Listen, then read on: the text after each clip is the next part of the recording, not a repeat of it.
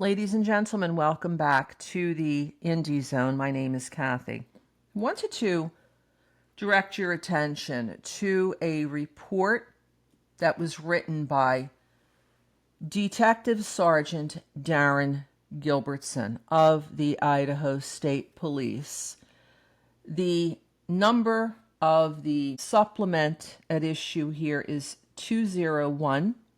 It is dated November 5th, 2024. And as we see here in the summary narrative section, it reads, on October 29th, 2024, Idaho State Police Detective Sergeant Darren Gilbertson received a request from the Latah County Prosecutor's Office to follow up on a tip from blank, who stated he had information on the quadruple unalivings that occurred in Moscow, Idaho on November 13th, 2022.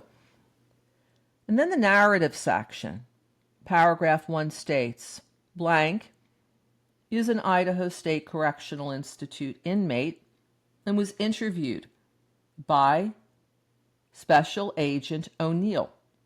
Blank made numerous claims during the interview about the circumstances surrounding the unalivings and who was involved. He stated the house where the unalivings took place was a location where he provided quote-unquote security to individuals who delivered unknown items to the house.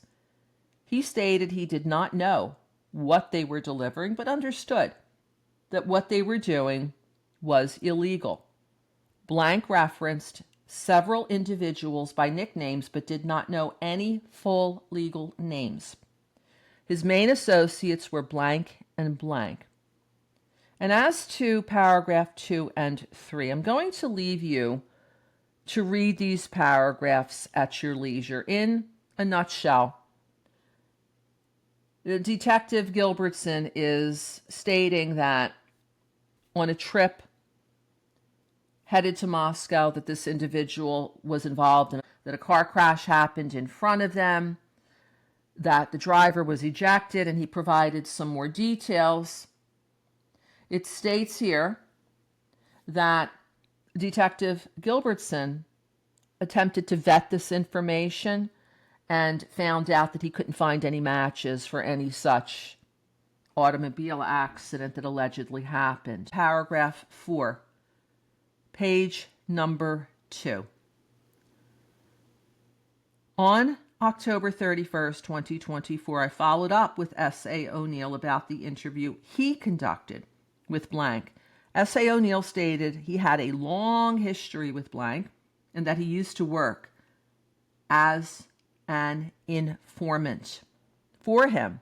He stated he eventually fired blank as an informant because he was a pathological liar. S.A. O'Neill stated he continuously sought out law enforcement to try to help himself out when he got into trouble, but he never had credible or reliable information. S.A. O'Neill stated during the recent interview with blank that he did not find him credible and did not believe anything that he said in the interview, and the report ends. Ladies and gentlemen, just a few comments here, if I could. Opinions, complete speculation on my part.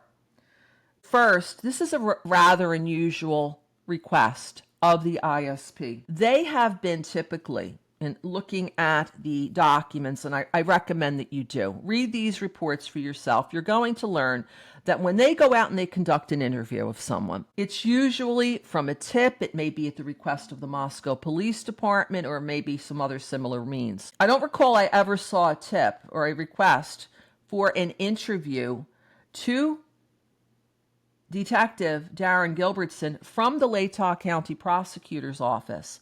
And secondly, I'm wondering why the Moscow Police Department was apparently shut out of this information.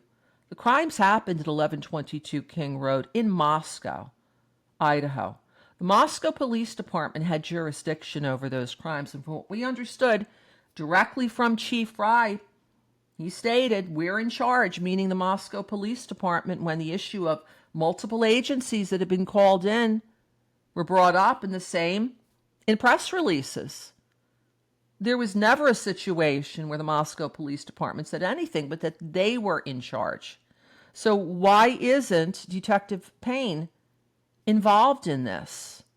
If he was, why isn't it noted here under the summary narrative? And why didn't he go along, or someone else from the MPD, to this interview? And also, why isn't Gilbertson conducting this interview? It appears it was completely conducted by S.A. O'Neill. But what stands out most to me is this interview was not recorded. So where is the confirmation that anything that's noted here backed up by? Sergeant Gilbertson certainly knew to back up the recording system at the barracks of the Pennsylvania State Police when Mr. Koberger was brought in to be interviewed by himself and Detective Brett Payne shortly after his arrest. We've learned that there was a video recording system built into that room. Gilbertson knew then to pull out his recorder and record the interview as a backup. So why wasn't this recorded? If you have any comments, any opinions, any thoughts, please leave them here. Until next time, this is Kathy. Thank you for joining us here today.